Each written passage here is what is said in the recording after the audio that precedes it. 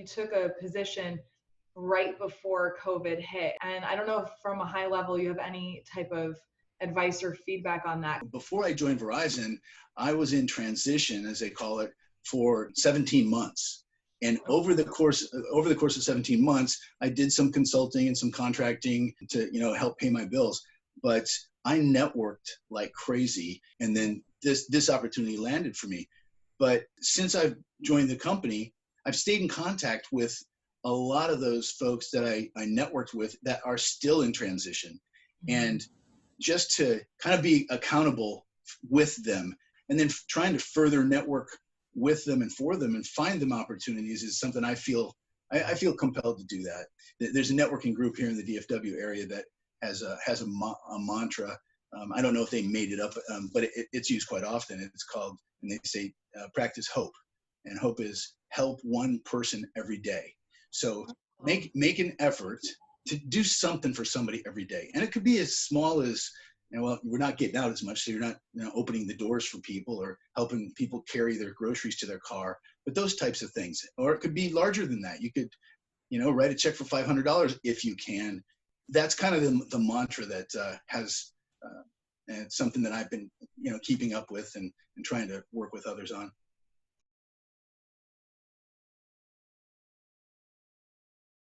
Understand and try to be in front of things that are happening. What is impacting the market right now, especially in the technology, businesses with technology? And I'm not talking about technology businesses.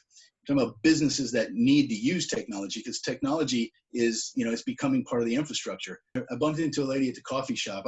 I go to the coffee shop at 6 o'clock in the morning once a week to help the guy who owns the coffee shop, because he's a local vendor. And I bumped into a lady who just happened to be the business continuity director for a large firm that's got a big presence here in the DFW area. And they had to send all their people home with their desktops. Yeah. And now she's concerned about when those desktops come back, not just disinfecting from a bacterial perspective, but all of the different types of applications and things that could be on those computers that could be harmful to their business. Right. And we're going to strike up a conversation that could actually go somewhere with us, Verizon, and our professional services organization, right. Talking to her. And if someone has a job, right, and they're your employee and they're sent home to do their own job, they're not thinking about the cybersecurity ramifications of doing their job. They're thinking about doing their job, and maybe now that they have a computer in their house, using it for something else that's not doing their job once 5 o'clock hits. How many people have one of these, or three of them like I do, right? Yeah. So in part of my onboarding, one of the guys from the PS delivery organization reminded people, you're working from home now, turn these off. Yeah. And I looked, and there was mine on my desk. It's been there since they came out. We got them when they first came out, and it's been plugged in. It was plugged in all that time. So I unplugged it and I thought about it. And the next day I actually had a conversation with one of our customers. It was an introduction. They were introducing me because I was brand new. And I just asked the lady, they had to send all their contact center folks home. And I asked her if they have a policy for Alexas or Google Home systems. And she said no, and she wasn't really sure why I was asking. So I told the story a little bit, because I had learned it from Joe Crawford. Yeah. And she said, oh my goodness. Yeah. And so that just spurred on further conversations, maybe for business, maybe not, but just helping our customers, helping our clients, and thinking about things that they've never had to think about before.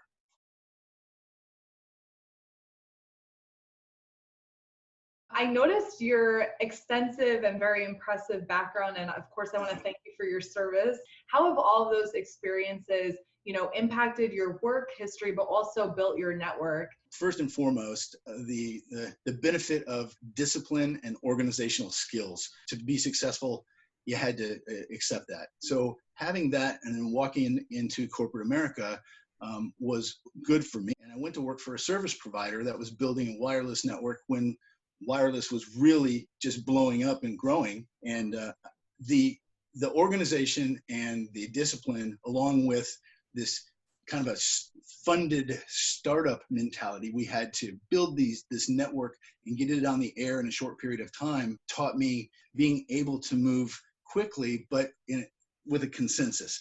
In the military, you don't really need consensus. You just make a decision and people follow the decisions of the leaders. But then the time at Ericsson, what I learned the most was learning to work internally, almost selling internally before you sold to the client or to the customer. You had to build that consensus, and you had to network internally and work together. And so those skills, along with all my networking skills that I had to grow when I was in between jobs, I've been able to apply. I listen to a lot of people about how you build your brand or recommendations. And in today's day and age, the use of the social media platforms is a critical tool.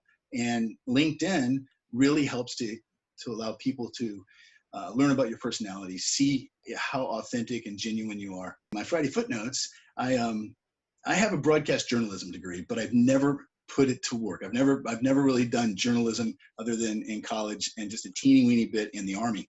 So this was my opportunity, I guess, to do a little writing and tell my story on things I'm interested in. I enjoy it. It's work now because I've got this other job, this more important job. So Friday Footnotes has a yeah.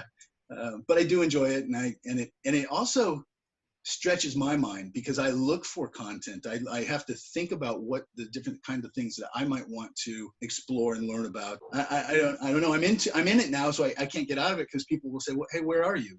Where's your Friday Footnotes? Is it Friday if we don't have our footnotes? Yeah, there's a guy in San Diego that I introduced you to, Brian Schulman. It's his fault.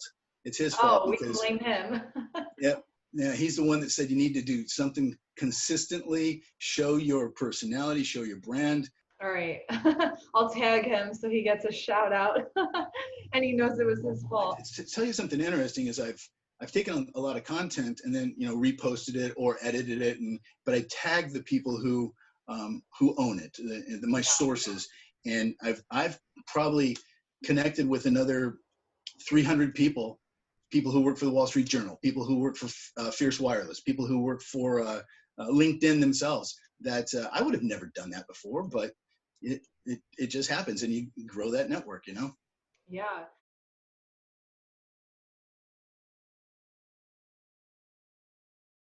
Without thinking about it long, I'll just tell you that I'm a person of faith, and I am an optimist.